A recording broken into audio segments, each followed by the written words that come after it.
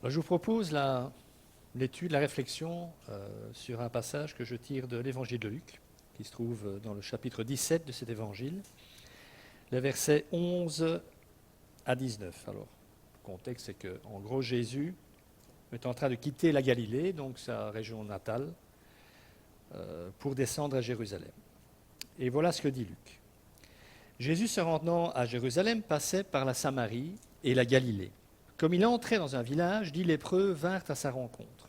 Se tenant à distance, ils élevèrent la voix et dirent : « Jésus, Maître, aie pitié de nous. » Dès qu'il les eut vus, il leur dit : « Allez vous montrer au sacrificateur. » Et pendant qu'ils y allaient, il arriva qu'ils furent guéris. L'un d'eux, se voyant guéri, revint sur ses pas, glorifiant Dieu à haute voix. Il tomba sur sa face aux pieds de Jésus et lui rendit grâce. C'était un Samaritain. Jésus, prenant la parole, dit : « Les 10 n'ont-ils pas été guéris ? Et les 9 autres, où sont-ils ? Ne s'est-il trouvé que cet étranger pour revenir et donner gloire à Dieu ? Puis il lui dit : Lève-toi, va, ta foi t'a sauvé. » Alors, commençons par quelques remarques introductives, géographiques tout d'abord, c'est important. Luc précise que Jésus se promène, entre guillemets, avec ses disciples sur la frontière entre la Galilée, donc la région la plus au nord d'Israël, et la Samarie, celle située juste en dessous, qui constitue le centre du pays d'Israël. Alors cette précision a son importance, nous le verrons tout à l'heure. Disons d'emblée que Jésus a été mal reçu en Galilée, nul n'est prophète en son pays, et qu'il n'a pas vraiment été très bien reçu en Samarie non plus. Alors on a parfois l'impression que tout se passe bien pour Jésus quand on lit l'Évangile, parce qu'il y a la rencontre avec la Samaritaine, qui est samaritaine, et ça se passe bien, elle entend ce que Jésus lui dit. Il y a les 12 disciples qui sont tous galiléens, donc on pourrait se dire, ça s'est bien passé, la prédication du message de Jésus en Galilée. Pas du tout, la grande majorité du peuple d'Israël dans son ensemble a rejeté le message de Jésus. Alors dans l'Évangile, nous le savons aussi, ce ne sont pas les récits de guérison qui manquent. Jésus a guéri beaucoup d'hommes et de femmes. Mais ce récit-ci est néanmoins particulier puisque nous sommes en présence d'un groupe de personnes désireuses d'être guéries. Pas une personne qui se dirige vers Jésus pour implorer sa miséricorde, pas un individu, mais bien plusieurs. Et c'est à ma connaissance le seul exemple de ce type dans l'Évangile. Autrement dit, il va falloir peut-être essayer de comprendre en quoi il est exemplatif. Alors, Jésus s'apprête à descendre vers Jérusalem, où la mort l'attend, lorsqu'il rencontre ces 10 lépreux. En résumé, donc, tout le pays rejette Jésus et son message, les Galiléens, les Samaritains et les Judéens, donc au sud, les habitants de la région de Jérusalem. Tous rejettent le message de Jésus. Tous, sauf apparemment au moins ces 10 lépreux qui semblent bien se tourner vers lui pour lui demander son aide. Alors, c'est vrai qu'en lisant ce texte, je me suis dit qu'entre personnes rejetées, parce que c'était le cas des lépreux aussi, on se comprend. Et Jésus, tout comme ces lépreux, est rejeté. Il n'a plus aucun endroit où il puisse se rendre en Israël en sécurité, puisque les responsables du temple, à plus d'une reprise dans l'évangile de Luc, vont méditer de le mettre à mort. Alors, cette situation est très intéressante, le fait que Jésus n'est plus le bienvenu nulle part, quand on songe à l'antagonisme, à l'opposition existant entre les Juifs et les Samaritains, qui ne savaient pas s'entendre du tout, qui se détestaient cordialement, et même entre les Galiléens au nord et les Judéens de Jérusalem, les Judéens qui méprisaient les paysans du nord, ces gens qui frayaient de trop avec les non-juifs à la frontière. Là aussi, c'est intéressant, je le dis, parce que quand on a un ennemi en commun sur lequel concentrer son antagonisme, apparemment, on peut bien faire taire certaines querelles personnelles, du moins pour un temps. Et ce n'est pas non plus un hasard si c'est sur cette frontière entre le nord et le centre du pays que Jésus va rencontrer nos 10 lépreux. C'est en effet une zone peu fréquentée, plutôt désertique, même si on y trouve certains villages, petits villages. Et cette zone désertique convient donc très bien à l'état des lépreux. Ils préfèrent les endroits à faible densité de population, même s'ils doivent faire l'aumône pour vivre. Et je pense que personne, aucun d'entre nous ne songera à le reprocher ça. C'est déjà terrible, mes amis, d'être lépreux, d'être rejeté, mais c'est encore plus terrible de capter dans le regard de l'autre que l'on croit, du bien important, entre guillemets, le fait que l'on le dégoûte, qu'il nous méprise parce que nous avons cette maladie. La solitude est donc plutôt une amie pour ces 10 personnes. Tout comme Jésus, ils ne sont les bienvenus nulle part. Alors arrêtons-nous pour commencer sur la demande du lépreux telle qu'elle est rapportée par Luc. Jésus, Maître, aie pitié de nous. Il ne dit pas « aie pitié de moi », c'est important. Il ne demande pas de l'aide pour lui, spécifiquement, mais pour tout le groupe. Ce nous, aide-nous, aie pitié de nous, ce nous, c'est la communauté des gens qui souffrent. La souffrance, mes amis, ça unifie les êtres. Car une souffrance commune doit produire de la solidarité. Je m'en suis à titre personnel rendu compte avec une acuité toute nouvelle lorsque j'ai suivi ma radiothérapie. Vous êtes dans un service d'oncologie où il n'y a que des gens qui souffrent du cancer à différents stades. Ça crée des liens immédiats. Les gens se parlent parce qu'ils sont atteints du même mal. Il suffit, à un autre niveau également, de se rappeler les derniers événements dramatiques, je pense aux inondations, même si j'étais en Espagne, qui ont frappé certains de nos concitoyens, pour prendre conscience de la solidarité qui est née de cette catastrophe spontanée. Et puis il y a cette terrible pandémie, qui a également fait naître un sentiment d'union. Ce nous, il ne faut pas se tromper, est néanmoins aussi un jeu. Il commence à être compliqué, là. C'est un jeu parce qu'ils ne font plus qu'un, ces 10 lépreux. Car ils n'existent plus que dans le regard des 9 autres. La seule réalité sociale qu'ils ont, c'est le regard, à titre personnel, que les 9 autres ont sur eux. Ils ne vivent qu'à 10, ils sont tout le temps à 10, ils n'existent que pour les 9 autres de ce groupe. C'est donc un jeu qui s'exprime, même si c'est un nous au départ. Ils n'existent pas ou plus, ces hommes, aux yeux des bien-portants qui les entourent. Aucun d'eux n'existe plus au regard des autres. Donc ce jeu qui ne dit pas son nom est également la preuve qu'il ne possède plus d'identité propre, individuelle. Privé de liens sociaux, privé du contact des autres hommes, ils ne forment plus qu'un tout indistinct. C'est jusqu'à leur nom que la mémoire des hommes a sans doute oublié. Même leur famille proche ne peut plus les fréquenter. Donc cette famille les a oubliés. Dans les faits, les oublie un jour à la fois. Encore un jour, puisque je rappelle quand même que la lèpre est une maladie, à l'époque, totalement incurable. Et c'est bien pour ça que tous les Juifs, à l'époque aussi, considéraient la lèpre comme une malédiction venue de Dieu.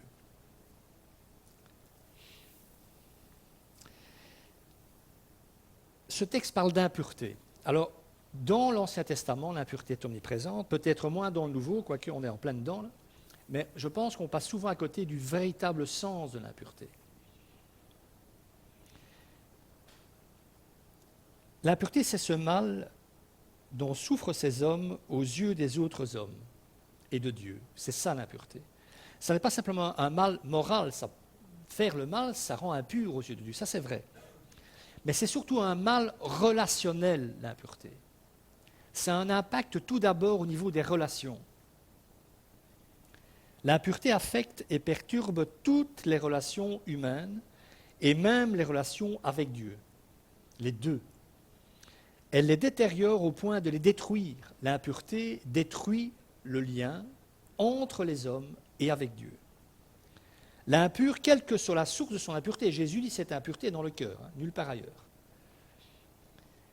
L'impur, quelle que soit la source de son impureté, ne peut plus vivre avec les autres, et il ne peut plus vivre avec Dieu. Mes amis, ce n'est pas rien. Hein? Qu'est-ce qui reste si on ne peut plus vivre avec les autres et plus avec Dieu? Il reste quoi? Et on va prendre un texte, 2 versets dans le Lévitique. Alors, si le sujet vous intéresse, je suis sûr qu'il vous captive. Hein, je vous invite cette semaine à lire le chapitre 13 du Lévitique et aussi le 14. J'aurais pu faire un message aussi sur le chapitre 14 du Lévitique qui explique comment le lépreux peut être, une fois purifié de sa lèpre, quelles sont les démarches qu'il doit suivre pour pouvoir réintégrer la société humaine, en sachant qu'il ne pouvait pas l'être guéri. C'est intéressant, qu'est-ce que fait ce chapitre 14 qui dit voilà ce qu'il faut faire du lépreux quand il est guéri, puisqu'il ne guérissait jamais. Intéressant ça, non? Je pose trop de questions. Ouais. Le lépreux, atteint de la plaie, donc de la lèpre, portera ses vêtements déchirés. Il aura la tête nue. Il se couvrira la barbe ou la moustache dans certaines traductions et criera « impur, impur » aussi longtemps qu'il aura la plaie. Il sera donc impur. Il est impur. Il habitera seul, sa demeure sera hors du camp. 2 versets.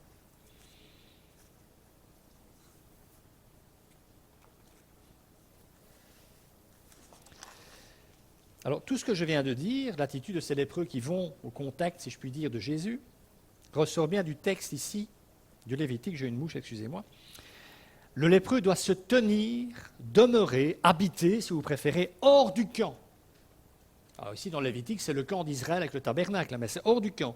C'est-à-dire en dehors de la communauté humaine. Il est condamné à un exil perpétuel, si vous préférez. Et s'il lui arrive, parce que vu le territoire d'Israël, c'est quasi pas possible de faire autrement, s'il lui arrive de rencontrer un bien important, donc quelqu'un qui n'a pas la lèpre, il doit aussitôt prévenir qu'il arrive. Crier du plus loin qu'il puisse, c'est une grosse voix comme moi, impur.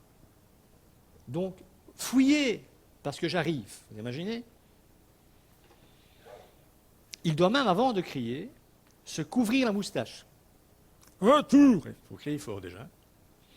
Autrement dit, mettre sa main devant sa bouche pour éviter que quelques postillons, ce que je suis en train de faire, ou quelques miasmes n'atteignent et ne contaminent le bien portant. Aujourd'hui, on l'obligerait sans doute, et à juste titre, à porter un masque. Le lépreux n'est pas seulement coupé des autres, je l'ai dit, ce qui est déjà terrible, hein, il est aussi de Dieu. C'est le sens de ce que dit le texte du Lévitique. On peut ne pas y prendre garde quand on le lit, ces 2 versets que je viens de lire. Le lépreux, dit le texte, doit garder sa tête nue. Il ne peut rien avoir sur sa tête. Cela signifie qu'il lui est interdit de prier, puisqu'en Israël, la prière exige d'avoir la tête couverte. Un homme ne peut pas prier la tête découverte. Donc quand on lui dit « tu ne peux rien avoir sur ta tête », on dit au lépreux « tu ne peux pas t'adresser à Dieu ». Mes amis, que reste-t-il, je vous le demande, de relation avec Dieu si la prière n'est plus possible, si la prière n'est plus permise? Tu ne peux plus prier Dieu. Tu ne peux plus t'adresser à Dieu. Alors qu'on est dans la situation la pire au monde, exclu, lépreux, et en plus je ne peux même pas m'adresser à Dieu pour lui apporter ma complainte et ma tristesse et ma souffrance. Alors à titre personnel, je n'ai pas pu m'empêcher de ressentir un profond malaise, enfin non, malaise c'est peut-être pas le terme, une profonde tristesse, en pensant à ces pauvres lépreux, bien réels, hein, et en contemplant tous les privilèges qui étaient les nôtres en Christ, qui sont les nôtres en Christ. Et entre autres, un accès illimité au Père, à notre Père. On peut débouler dans son bureau n'importe quand, même n'importe comment. Il n'est jamais occupé pour nous, il est toujours disponible. Et ce qu'on nous en faisons, ce que moi j'en fais. Ces lépreux ne pouvaient même plus s'adresser à Dieu. Et nous avons le privilège de pouvoir le déranger à n'importe quel moment, de passer notre vie avec lui. Alors nos vies, la question je la pose, hein, ne ressemblent-elles pas parfois à celles de ces 10 lépreux? Ne sommes-nous pas souvent en errance sur la frontière entre une vie avec Dieu et une vie sans Dieu? Est-ce qu'on ne vit pas un peu nos vies comme si Dieu n'existait pas en fait?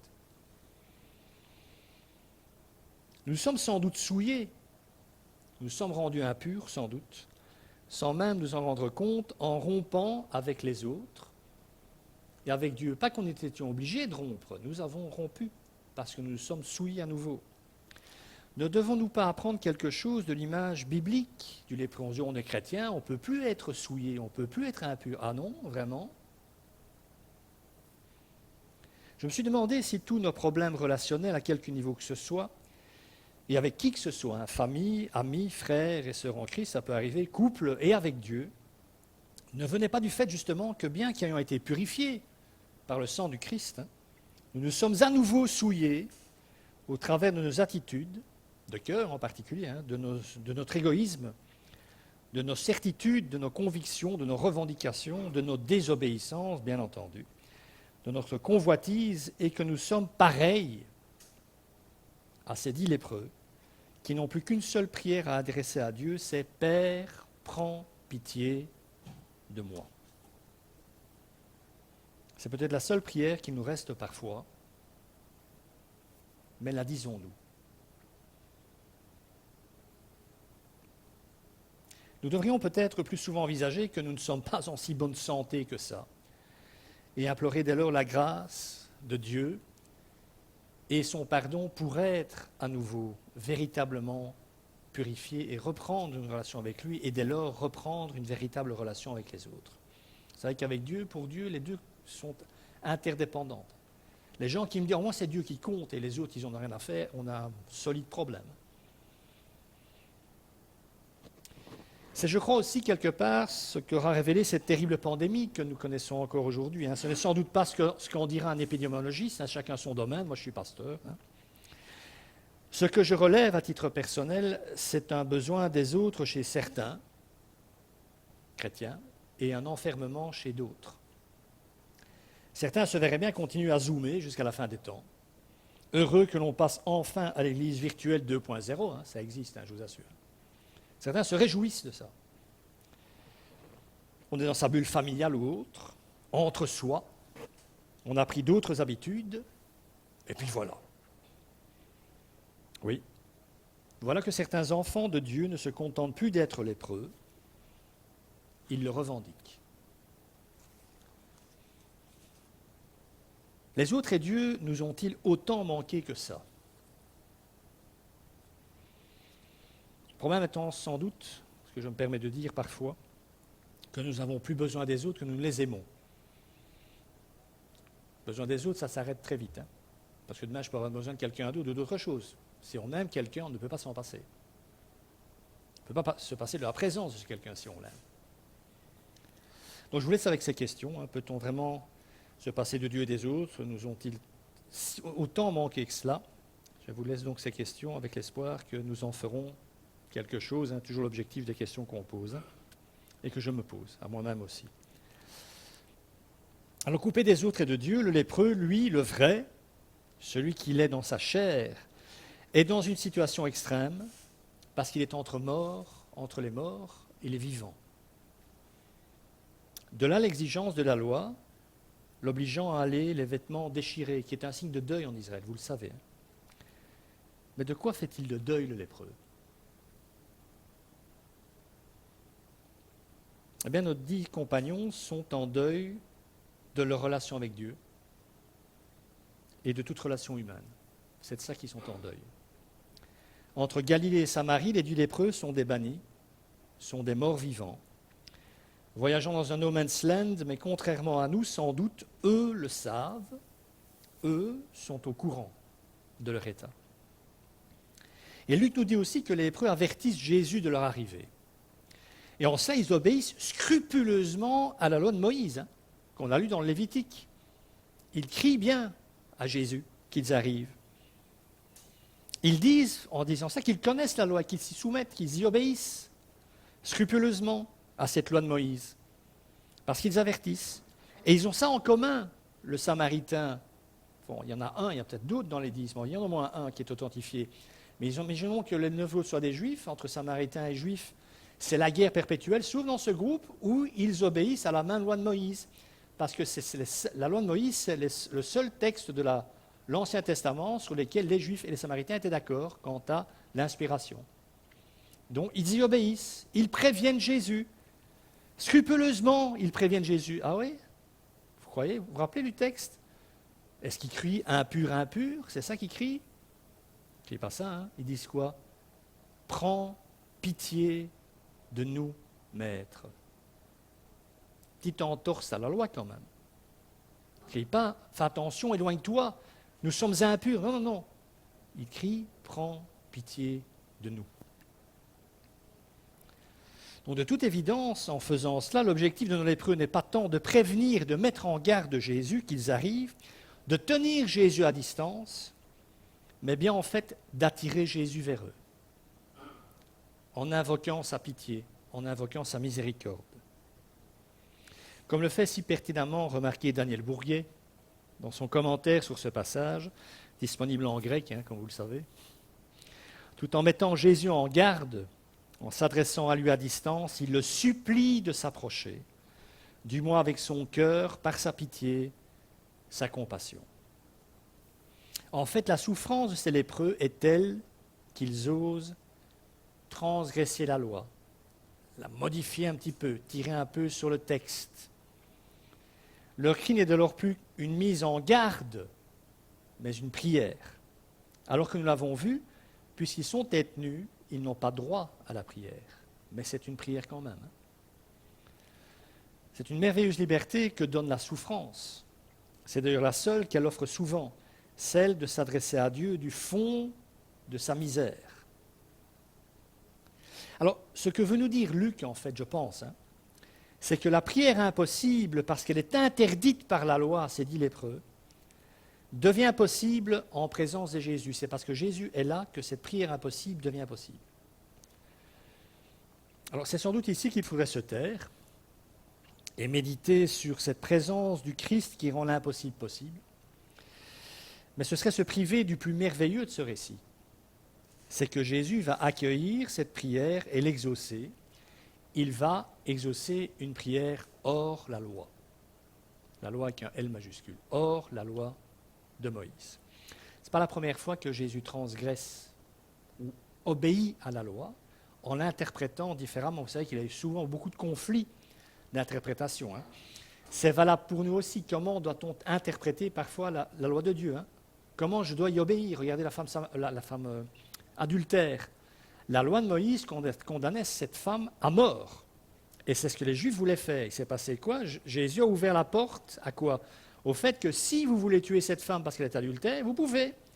Mais vous devez mourir aussi parce que tu désobéis à un seul commandement, tu as désobéi à tous les commandements de Dieu. Vous êtes donc, vous qui accusez cette femme, sur le même pied d'égalité. Vous êtes des pécheurs, des gens qui désobéissaient en permanence à la loi de Dieu. Puis rappelez-vous, Jésus a dit, le sabbat est fait pour l'homme et non pas l'homme pour le sabbat. Et je suis le maître du sabbat. J'en fais ce que je veux. C'est moi qui en suis l'interprète parce que c'est moi la loi de Dieu. C'est moi la parole de Dieu. Donc je crois qu'il faut, si on veut interpréter la Bible correctement, il faut toujours aller vers plus de compassion, plus d'écoute, plus d'ouverture, plus d'amour, bien entendu. Relisez Galates 5, 22, les fruits de l'amour. Le premier, c'est l'amour. Les fruits de l'esprit, pardon, le premier, c'est l'amour. Alors Luc est très subtil. Il est grec, il est médecin, donc il aime les subtilités. Luc ne fait ici en fait que suggérer le glissement du cri que devaient lancer les lépreux à l'approche de Jésus, ce glissement vers la prière. Il ne dit pas que les lépreux prient Jésus, pas du tout, il ne dit pas ça, il ne le dit pas. Sauf, de temps en temps c'est intéressant, qu'il le dit quand même à travers l'utilisation d'un verbe dans le texte grec. De temps en temps c'est intéressant d'aller voir. C'est le verbe aéro, ça tombe bien avec la soufflerie, qui est traduit dans nos Bibles, dans de nombreuses traductions, par élever la voix. Dans le texte grec, chaque fois que Luc emploie aéro, c'est que quelqu'un a prié. Toujours. Dans tous les cas de figure. Que ce soit dans son évangile ou dans le livre des Actes. Relisez Actes 4, 24. Aéro, il y a quelqu'un qui prie. Il est donc évident que ces proscrits de la prière, ces gens qui ne peuvent pas prier, qui sont interdits de prière, se mettent en fait à prier parce que Jésus s'approche. Et ne pouvant pas prier Dieu, c'est donc à Jésus qu'ils adressent leur prière. Jésus prend pitié de nous. Alors il est clair qu'arrivé à ce stade, une question se pose, puisqu'il prie Jésus. Qui est donc Jésus aux yeux de ces hommes pour qu'ils osent ainsi braver l'interdit de la loi sainte de Dieu et prononcer une telle prière à l'adresse d'un homme, d'un rabbi galiléen? Alors avant de tenter de répondre à cette question, petite parenthèse, j'aimerais justement m'arrêter sur une petite parenthèse. Alors pour les lépreux, quand on y réfléchit, Il y a eu quelques cas de guérison de lépreux dans l'Ancien Testament, pas beaucoup. Hein. Pour les lépreux, le jour de la purification, le jour où ils sont purifiés de leur lèpre, qui ne l'ont plus. Mes amis, on vient de l'expliquer, hein, c'est la fin d'un terrible exil. Un exil physique, ils n'ont plus ces marques sur leur corps, spirituel et géographique, ils peuvent continuer à se promener un peu comme ils veulent, partout, à reprendre contact avec les gens, leur famille. Lévitique 14, c'est d'abord les gens éloignés, puis c'est les gens de la famille. Il y a une gradation dans leur prise de contact du lépreux purifié, mais c'est la fin du cauchemar. Parce qu'être lépreux, c'est un cauchemar, mais tous les jours. Hein. Alors nous, quand nous faisons un cauchemar la nuit, la fin de notre cauchemar, il arrive quand? Au matin, quand on se réveille, le cauchemar est terminé. Eux, ils recommencent. Hein. La purification, c'est donc la sortie de l'enfer pour le lépreux. Le retour sur la terre des vivants, au milieu des hommes et surtout devant Dieu. Donc leur soif de pureté est donc intense et profonde et tranche avec une autre soif de pureté présente aussi dans les évangiles. Il y a la soif des lépreux qui veulent être purifiés de leur mal, mais une autre soif de pureté qui est présente, et celle-là elle est beaucoup moins claire.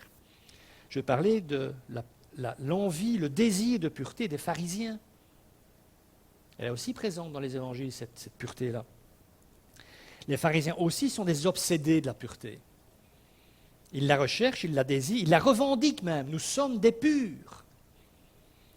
C'est donc bien pour cette raison qu'il faut faire la différence entre cette recherche de pureté des pharisiens et la purification recherchée par les lépreux. Car la réponse de Jésus face à ces deux soifs ne sera pas la même non plus. Il n'a jamais accepté la recherche de pureté des pharisiens. Alors que là, nous allons le voir, il va accepter la recherche de pureté des lépreux. Pour les pharisiens, la pureté était une fin en soi. Elle leur permettait de s'en vanter auprès des autres. Regarde comme je suis pur, et par la voie de conséquence, comme tu es impur. Pour les lépreux, la pureté est une simple étape devant simplement leur permettre de retrouver leur identité d'homme et les contacts qui en découlent. D'un côté, on recherche et on expose ce qui brille avec orgueil, enfin qui est supposé briller. De l'autre, on se contente d'accueillir avec reconnaissance la grâce de Dieu et rien d'autre. Et on comprend dès lors mieux la remarque cinglante que Jésus fera aux pharisiens, relisez Matthieu 23, quand il les traitera de tombeaux blanchis, pleins d'ossements et de morts. Beaux en apparence, mais abominables à l'intérieur.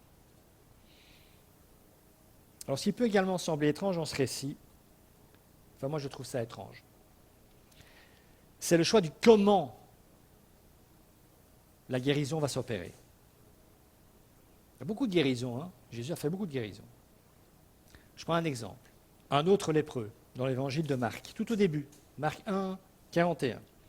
Jésus croise un lépreux qui lui demande de le guérir. Et Jésus le guérit en le touchant. Alors pour un être qui n'a plus jamais été touché depuis des années, c'est extraordinaire. Il n'est pas obligé de faire ça, la preuve, hein, avec nos 10 lépreux. Il le touche. Je pense à l'aveugle, il lui enduit les yeux, c'est ça, avec de la boue, et de la salive aussi, je pense. Il faut être courageux. Non, pas de la salive, ben si. Le sourd et muet, il le prend à part, il le touche, il lui mime ce qu'il va lui faire, il y a un contact très personnel. Ici, un commandement laconique. Allez vous montrer au prêtre. C'est tout. En disant cela, Jésus se soumet d'ailleurs au commandement du Lévitique, chapitre 14, dont je parlais tout à l'heure. Et Luc rajoute, et ils furent guéris en chemin. Alors Luc, là encore, nous donne une indication en utilisant le verbe purifier, ils furent purifiés en chemin, à la voix passive. Alors je ne vais pas faire trop de grammaire, mais cette voix passive dans le grec, c'est ce que certains biblistes appellent le passif divin. C'est dire l'intervention de Dieu sans citer le nom de Dieu. Quelque chose s'est passé, mais on ne sait pas trop ce qui s'est passé. Il y a une guérison, mais qui a guéri? On ne peut pas le dire, parce qu'on rendrait impur le nom de celui qui est pur par essence. C'est l'idée. Donc cette tournure permet de dire ce que Dieu fait sans que ce dernier soit nommé. qui a donc purifié ces lépreux de la lèpre, de cette terrible maladie incurable à l'époque, si ce n'est Dieu, bien sûr, tout le monde dit, bah oui, c'est Dieu. Oui, mais voilà, il le fait, c'est vrai, mais discrètement, avec beaucoup d'humilité. Et le passif divin est particulièrement précieux, car il permet de ne pas nommer donc l'ineffable, de ne pas rendre impur le nom de Dieu en le prononçant avec des lèvres impures. Et l'emploi de cette voix passive et la tournure que Luc donne à son récit nous permettent aussi d'aller un petit peu plus loin dans la résolution de cette question que je posais tout à l'heure, avant de faire ma parenthèse. Qui était Jésus pour ces hommes? Et Jésus va d'ailleurs les aider à trancher cette question, s'ils se la posent. C'est à Jésus que les lépreux se sont adressés, et non à Dieu, on l'a vu. Et nous avons vu pourquoi ils ne pouvaient pas s'adresser à Dieu. Et puisque la guérison leur a bien été donnée, il semble bien que l'auteur du miracle de la guérison soit Jésus lui-même. Tout en apparence, en ne faisant rien. La tournure passive utilisée par Luc est donc une invitation à comprendre « ils furent purifiés par Jésus ». Nous voici donc devant la fameuse question, et c'est là justement que Luc veut amener les lecteurs, veut nous amener. Est-ce Dieu ou Jésus qui est intervenu? À moins que l'évangéliste ne joue ici la proximité la plus grande entre Dieu et Jésus. Il a envie peut-être de brouiller les deux. Jésus serait-il lui-même Dieu? Je rappelle que Luc est grec. Son évangile est à plusieurs destinations des païens, pas des juifs. Alors cette possibilité s'avère d'autant plus probable lorsqu'on examine l'action de grâce du lépreux samaritain. Je vais peut-être reprendre ces deux versets. L'un d'eux, donc l'un des 10 lépreux, se voyant guéri sur le chemin qui le mène vers le grand prêtre, revint sur ses pas, glorifiant Dieu à haute voix. Il tomba sur sa face aux pieds de Jésus et lui rendit grâce. Il revient en louant Dieu à haute voix, il ne se cache pas, il loue Dieu et il se met à plat ventre devant Jésus. Il rend donc gloire à Dieu, dit Luc, laisse son action de grâce à Jésus. Comme s'il s'agissait de deux expressions superposables et synonymes. Ne serait-il pas encore une fois, est-ce que cela, ne serait pas encore une fois une façon de nous dire que Jésus est bel et bien Dieu? On remarque néanmoins l'humilité de Jésus quand le lépreux revient, puisqu'il dit « Ne s'est-il trouvé que cet étranger pour rendre gloire à Dieu ?» Il ne dit pas « pour me rendre gloire à moi ». Encore une fois, l'humilité de Jésus est bien présente. Et on pourrait s'attendre, puisqu'il y a guérison, etc., et que le gars dit merci beaucoup pour cette guérison, on pourrait s'attendre à ce que le récit s'arrête là. Il s'arrête là, ça serait logique. Il était guéri. Qu'est-ce qu'il veut d'autre, lui, franchement? C'est bon, c'est ce qu'il a demandé. Guéris-moi, aie pitié de moi, guéris-moi de la lèpre. Il l'a fait, on s'arrête. Eh bien non, nous avons droit à un autre rebondissement. Cet homme purifié qui est revenu vers Jésus pour lui rendre grâce n'est pas n'importe quel étranger, et Luc sait bien le mettre en scène, c'est un Samaritain. Dans le langage des séries actuelles, on appelle ça un plot twist. C'est un retournement de situation inattendu. Car que cet homme soit Samaritain veut dire beaucoup de choses en fait. La première et pas la moindre, c'est que le Samaritain est l'impur par excellence aux yeux des Juifs. Son problème, ce n'est pas seulement la lèpre. Ce n'est pas ça seulement qui le rend impur. Il est impur de naissance. Il est libéré de sa lèpre, bah oui. Mais cela ne le libère pas de son impureté congénitale de naissance. Il reste un Samaritain. Cet homme prosterné devant Jésus est guéri. Il est purifié de sa lèpre, mais pas purifié de son appartenance au peuple samaritain. Même guéri, il demeure pour Israël un étranger. Et la loi de Dieu, la loi de Moïse, est formelle. Tout étranger est impur au point que s'il s'approche du sanctuaire, du temple à Jérusalem, il est puni de mort. Je rappelle ça. Il y avait un panneau en grec, en latin et en hébreu qui spécifiait que si un non-juif mettait un pied dans le parvis des femmes, il pouvait. Mais dans le parvis des juifs, il était mis à mort.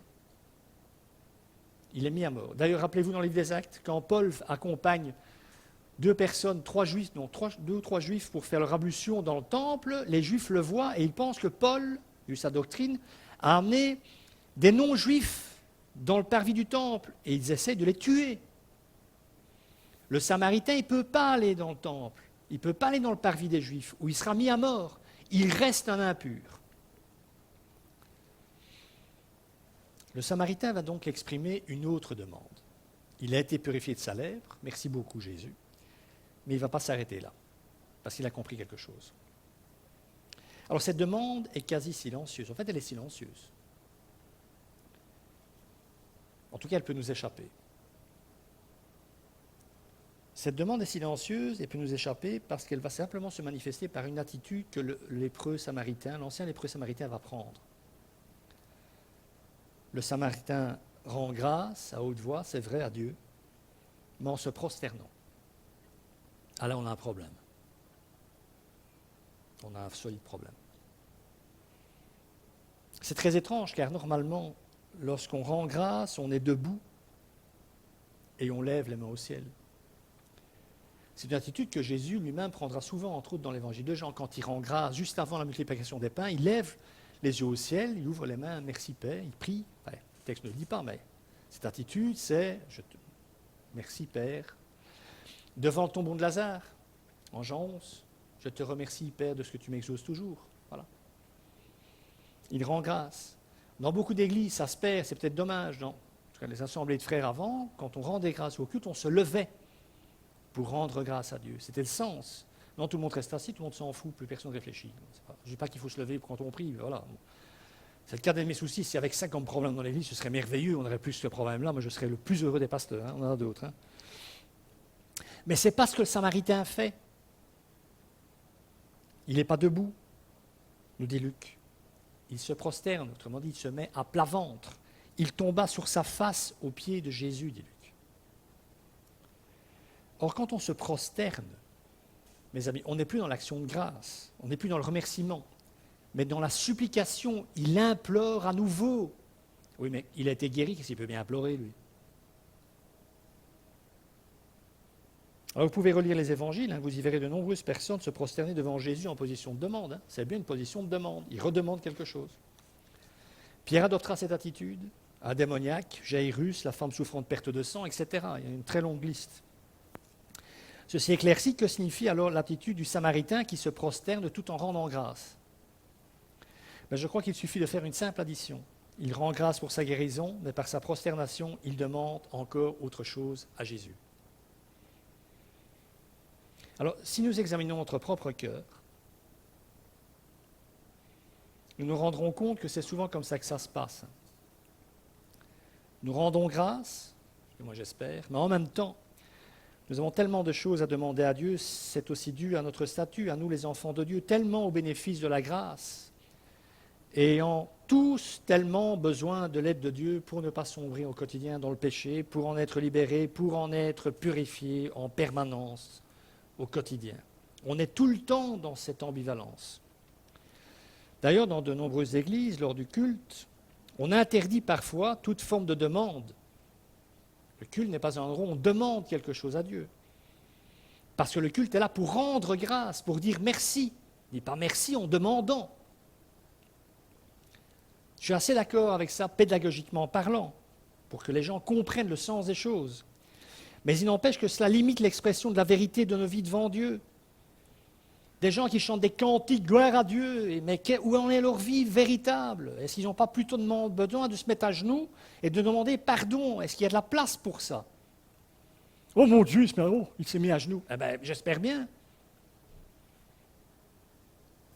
Donc cela limite l'expression de nos vies devant Dieu. Et cela ne correspond que très rarement à l'état de notre cœur et notre vie spirituelle. Il m'est arrivé de louer Dieu lors du culte, forcément. On a très bien chanté en ce très beau chant. Puisque tu es Dieu, je te loue. Oui, mais tu as peut-être autre chose à me demander aussi. De te pardonner, de te purifier. Donc ça m'est arrivé à titre personnel, je ne sais pas vous, hein, de louer Dieu lors du culte, sincèrement, tout en ressentant le profond besoin de me mettre à plat ventre. Les moines, par exemple, vous savez qu'on peut apprendre beaucoup de choses, hein, les moines. Lorsqu'ils prononcent une action de grâce le matin, la plupart des ordres monastiques adressent une action de grâce, disent merci à Dieu pour la Trinité, pour l'amour et la profondeur relationnelle dans la Trinité. Ben vous savez qu'ils ne sont pas debout quand ils font ça, ils sont à plat ventre. Ils se mettent à plat ventre pour faire ça. Pour louer Dieu pour la Trinité. Ils se mettent à plat ventre. Alors la prière du cœur, pour ceux qui connaissent la philocalie, si chère aux orthodoxes, contient à la fois l'action de grâce, Seigneur, je vous dis la prière, Seigneur Jésus-Christ, Fils de Dieu. Ça, c'est une action de grâce. C'est reconnaître la divinité du Christ. Et la suite, vient la supplication, prends pitié de moi, pécheur. Je vous donne toute la prière. Seigneur Jésus-Christ, Fils de Dieu, prends pitié de moi, pécheur. Les deux sont là. C'est peut-être Luther, le réformateur, qui résume le mieux la chose. Il dit, l'homme devant Dieu est tout à la fois juste, pécheur et repentant, les trois, en permanence. Si bien que sa repentance met l'action de grâce du gracié et la supplication du pécheur. Il y a donc, à mon sens, une demande silencieuse montant du cœur de cet homme samaritain et exprimée par son attitude suppliante, en se mettant à plat ventre. Il demande quelque chose que seul Jésus a su percevoir parce qu'il est le Christ, parce qu'il est Dieu. Je crois que cet homme se sait impur de cœur, ce que les neveux n'ont pas compris, parce qu'ils sont juifs sans doute. Cet homme sait qu'il n'y avait pas que la lèpre, ce n'était pas seulement ça le problème, ce n'était pas sa seule impureté. Je crois vraiment que ce Samaritain sait qu'il est impur de cœur. Il a besoin de conversion. Il se sait pécheur, même devant ce rabbi galiléen, il demande d'être purifié de cette impureté-là aussi. Il demande d'être purifié de son état de pécheur. Il sait ce que ce Jésus l'a purifié de la lèpre, de cette maladie incurable. Peut-être pourra-t-il aussi, se dit-il, me purifier de mon péché. Alors, ce récit nous dit aussi quelque chose de fondamental, me semble-t-il, concernant nos besoins vitaux. Nous aspirons tellement à vivre heureux que, par exemple, la maladie nous devient alors insupportable. Ça peut être très douloureux, j'en sais quelque chose. Et peut dès lors occulter à nos yeux ce qui est notre besoin fondamental en permanence, être purifié de notre péché. Dieu entend notre souffrance, mais il a besoin d'entendre aussi notre demande de pardon et notre demande de purification. Je pense que c'était le cas des 9 autres lépreux qui ne sont pas revenus.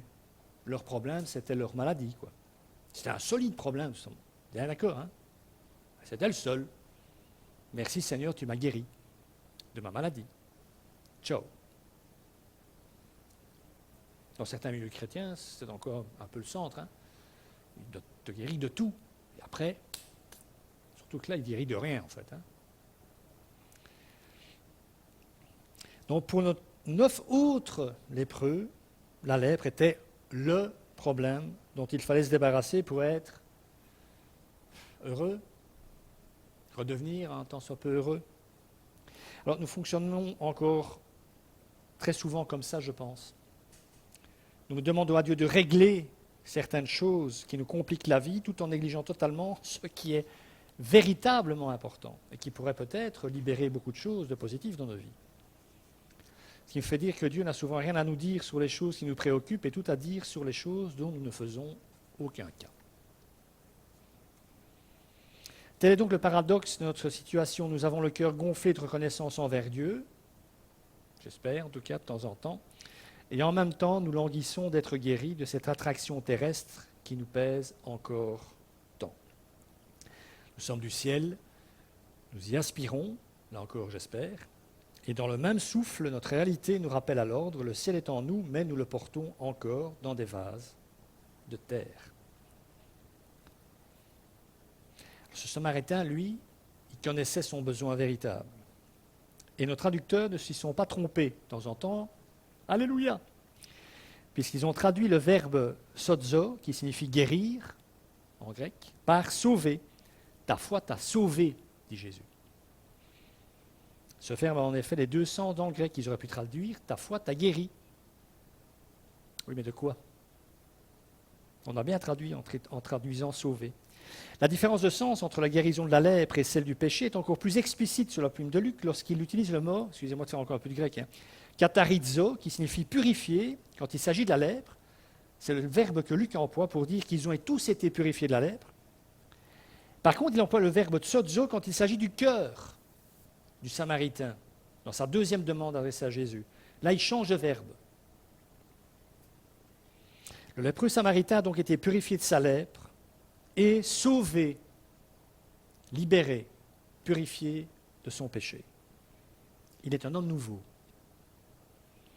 Et un autre mot de notre récit va nous suggérer cette nouvelle naissance. Vous vous rappelez la nouvelle naissance, hein? C'est le mot, c'est bizarre, le mot étranger que Jésus emploie. Quand vous lisez ce texte, moi j'ai été choqué. La toute première fois, il y a longtemps que j'ai lu ce texte, dire que cet étranger, ce verbe m'a vraiment choqué dans la bouche de Jésus. Ne s'est-il trouvé que cet étranger, en plus le gars est à plat ventre, que cet étranger pour revenir et donner gloire à Dieu.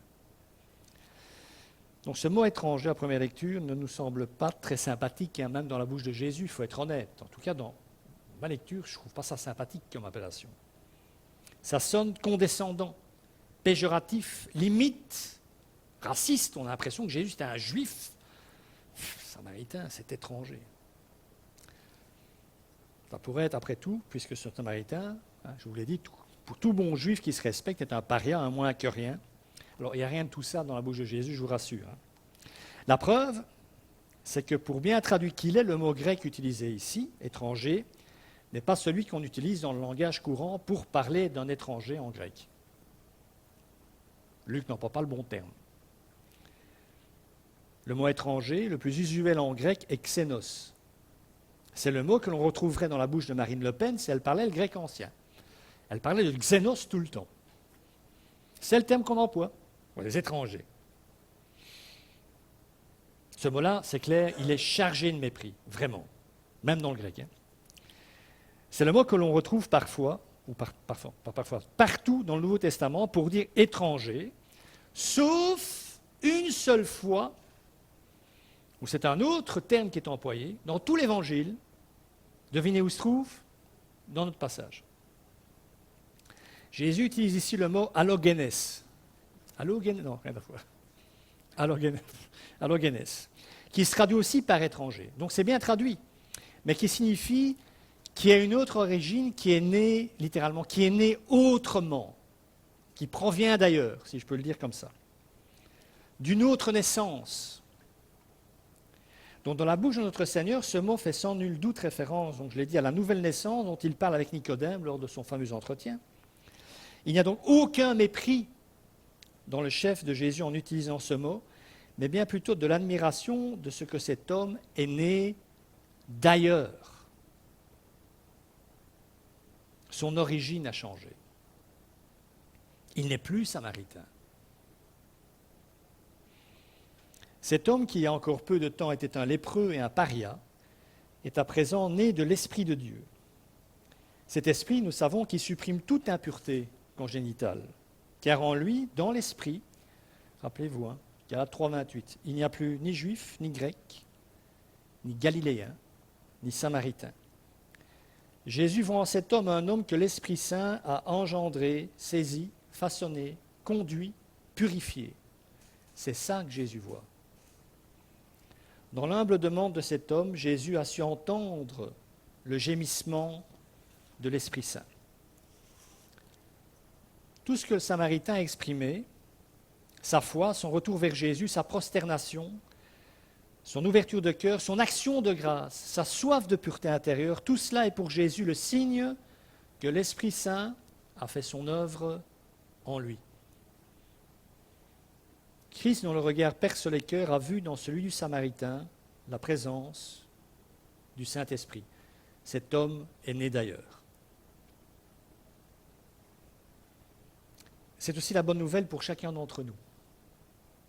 Chaque fois que notre désir est d'être purifié, chaque fois que nous retournons vers Dieu en lui disant merci, mais aussi le cœur lourd de ce que nous ne sommes pas encore, chaque fois que nos larmes traduisent ce que nos mots ne peuvent exprimer, chaque fois que nous prenons conscience que nous nous sommes à nouveau souillés parce que nous avons pensé du mal de quelqu'un dans notre cœur, ou que nous avons fermé notre cœur aux autres, à chaque fois que nous prenons conscience de ça, à chaque fois que nous faisons ce mouvement, c'est l'œuvre de l'Esprit Saint en nous qui initie ce mouvement. Par nous-mêmes, nous ne pourrions pas le faire. Et pour ça aussi, pour ce mouvement de l'Esprit en nous, il faut rendre grâce à Dieu. Pas se dire, oh, c'est merveilleux, j'ai fait ce mouvement, j'ai pris conscience. Non, non. C'est l'Esprit Saint qui t'a conduit à ça. Donc ça veut dire qu'on est aussi, nous, nés d'ailleurs. Alors quel émerveillement que ce récit de Luc, je termine en disant ça. Un Samaritain, habité par l'Esprit, prosterné devant le Fils et rendant gloire au Père. Le Père, le Fils et le Saint-Esprit. Cet homme plongé dans la poussière est en fait plongé dans la présence trinitaire et est déjà mystérieusement purifié par elle. Et c'est là que Jésus dit, relève-toi, va, ta foi t'a sauvé. Que le Seigneur bénisse sa parole.